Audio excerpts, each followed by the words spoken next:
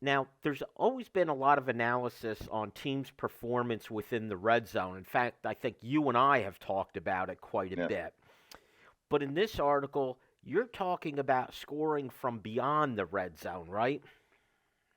Yeah, and we're looking for a methodology that we can use to determine explosivity, right? And something that's quite simple, I think, is touchdowns scored outside of the red zone. So yeah, as you mentioned, we often talk about how efficient teams are when they get into red zone, and I think that's important, obviously, as well, because you don't want to squander those opportunities, and even you know. Kicking field goals instead of touchdowns oftentimes is somewhat of a squanderance of an opportunity. But here we want to look at beyond the red zone, both offensively and defensively. We'll start with the offense and how frequently teams score touchdowns specifically from outside of the red zone. So beyond 20 yards is a measure of how explosive those teams can be. First of all, you have an acronym for this TORZ, touchdowns outside the red zone. Before I say it wrong, have you coined a new word here? Is that tours? I get, yeah, I guess, and whether or not it's coined, I don't know. I did see either during the AFC Championship game or the Super Bowl was the first time I've seen this outside of like when I wrote it. But they mentioned touchdowns scored outside of the red zone for the Bengals, I think. But otherwise, it's not something that you see that frequently.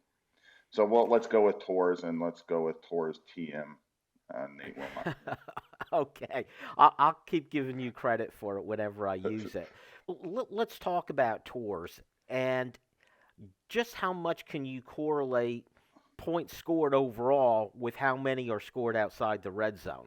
There's a reasonable correlation between touchdowns scored outside of the red zone and points per game. So, you might expect this, right? This might be very obvious, but um, teams who teams who score well outside of the red zone tend to score more points, right? And I think, there, as we've seen in the past, there's a limited number of red zone opportunities you have. So to get really high numbers of scoring has to come from somewhere else besides just red zone opportunities. If we also look at points inside the red zone correlated to points, that's even better. But then when we look at points outside of the red zone correlated to points inside the red zone, there is no correlation. So teams often are either really good inside the red zone, really good outside of the red zone, but infrequently are both. And this, I think, speaks to offensive philosophy in some cases, right? Some are going to be more grind it out and try to work the ball down the field, get into the red zone and score from there. Others are going to take more chances, and that's what you'll see in the article and some of the graphs that we have.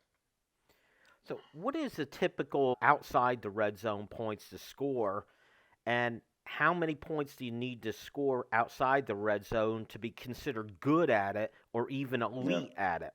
An average team scores between 6 and 12 touchdown points outside of the red zone. So that's 1 to 2 touchdowns per game. Very, that 1.5 range is dead center mid average, give or take. Over the last 12 or so years of college football, the average has been between 8.3 and 10.2 touchdown outside of the red zone, touchdown points outside of the end zone or red zone. Sorry. Elite is only a handful of teams, and they would score 20 points, touchdown points outside of the red zone. We're counting good as anything 12 or greater. So average is 6 to 12.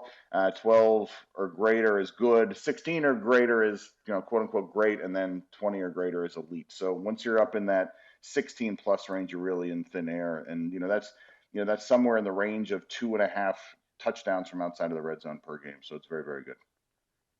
Well, let's talk about Penn State specifically.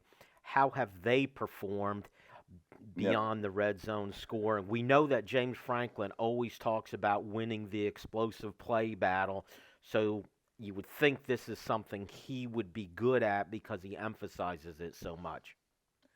Yeah, and I think if I gave you options of 2009 to 2021 and how the Penn State teams have performed, you could pick out the two best ones, and it's very clearly the 2016 and 2017 teams that averaged 14.5 and 14 touchdown points outside of the red zone per game. So they reached that good status.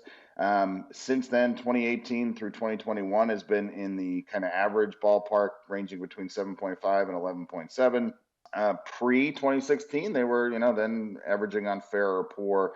And then the kind of 2010 to 2012 were even lower, not exceeding 7.6 per game over that span. So, you know, the best teams were the McSorley, Saquon, Chris Godwin kind of top tier offenses, and then it's gone a little bit back to center since then. But we'll see what happens this year. Yeah, Yurcich's teams should be better at this.